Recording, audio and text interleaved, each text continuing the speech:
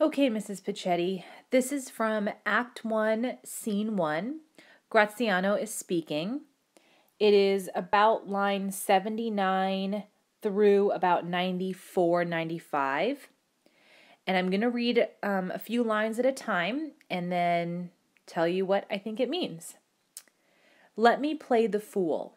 With mirth and laughter let old wrinkles come, and let my liver rather heat with wine than my heart cool with mortifying groans. So there's a couple things I think that are important in these 4 lines here. The first thing I want to point out is this idea of the fool. So I think like he's going to be kind of our clown comic relief character. It says, with mirth and laughter, let old wrinkles come. So I think his old sort of motto in life is that you should kind of have fun, and it's okay that the wrinkles come from like all your laughing and smiling lines on your face. And he says, let my liver rather heat with wine. So that kind of seems like he's talking about like drinking a lot and getting drunk. Then my heart cool with mortifying groans. So he's saying it's better to kind of have fun than to be sad all the time. Okay, so the next lines. Why should a man whose blood is warm within sit like his grandsire cut in alabaster? Okay, so I'm looking at the glossary on this one, and this idea that the man whose blood is warm within, so it's like a living, breathing person, sit like his grandsire cut in alabaster. If you look at the glossary on this, it says, be like his grandfather's statue in the cemetery. So basically, if you're living, you should act like you're living and not be like a dead person. Okay. Sleep when he wakes and creep into jaundice by being peevish. Okay. There's a few words that are troubling here for me.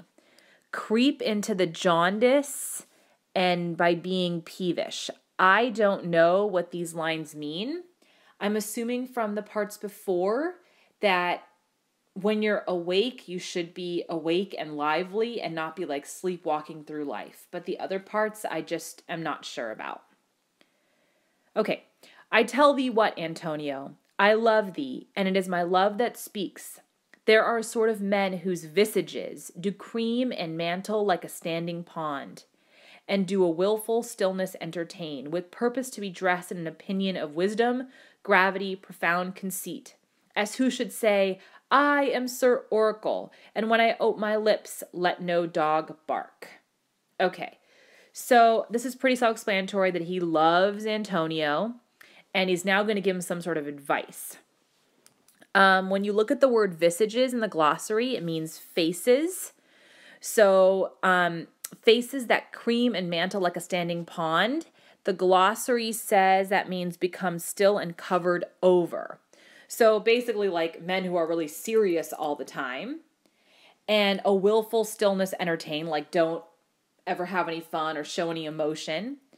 With purpose to be dressed in an opinion of wisdom, gravity, profound conceit.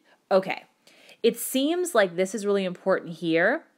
Like that they try to be really serious to make it seem like they have wisdom, gravity, and profound conceit. And they basically kind of present themselves to other people to say like, I am Sir Oracle. Like an oracle is someone of infinite wisdom.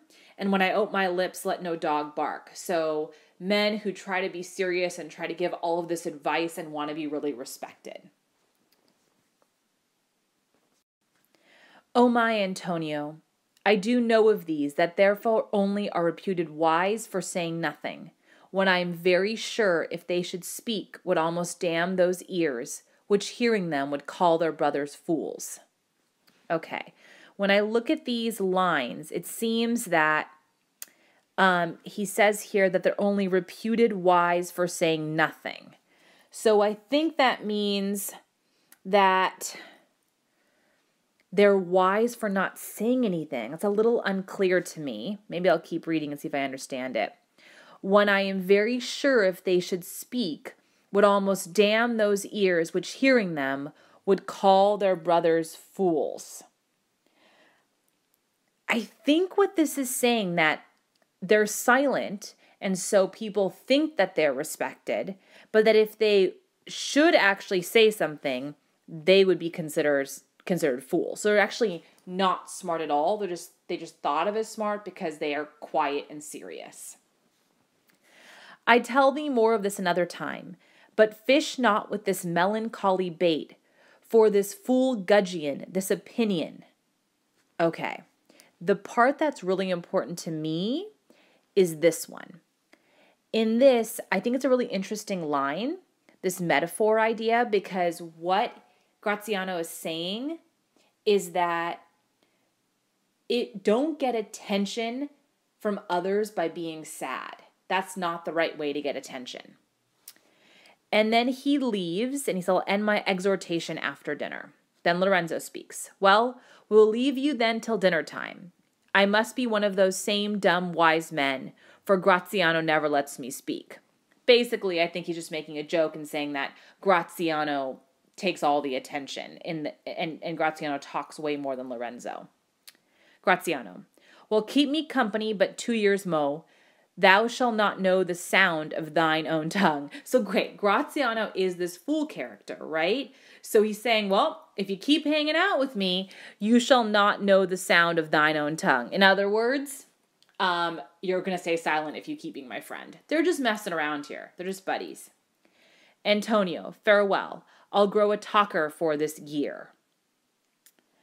Gear is advice. So basically, I will listen to what you have to say. I'll think about it.